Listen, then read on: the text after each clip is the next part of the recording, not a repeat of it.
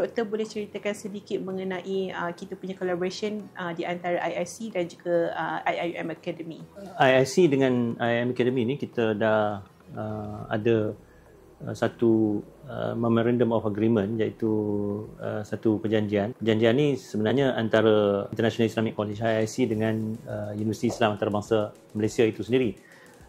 Jadi kerjasama yang kita lakukan ni adalah untuk memberikan pathway ataupun perjalanan pendidikan kepada pelajar-pelajar dalam program-program tertentu di IIC untuk ke program-program tertentu dalam Universiti Islam Antarabangsa Malaysia. Mungkin doktor boleh terangkan orang cakap apa pathway daripada foundation dekat IIC nak pergi ke UIA.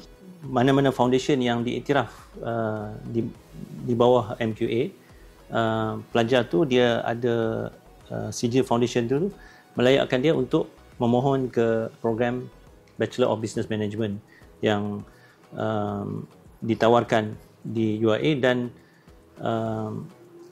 yang ada penerimaan secara langsung tanpa melalui UPU. Jadi maknanya itu satu kelebihan lah kepada pelajar-pelajar IIC yang mengikuti foundation. Kalau mereka habis, mereka ingin menyambung ke Bachelor of Business Management, mereka tak perlu menunggu musim UPU. Boleh mohon terus untuk nak masuk Bachelor of Business Management.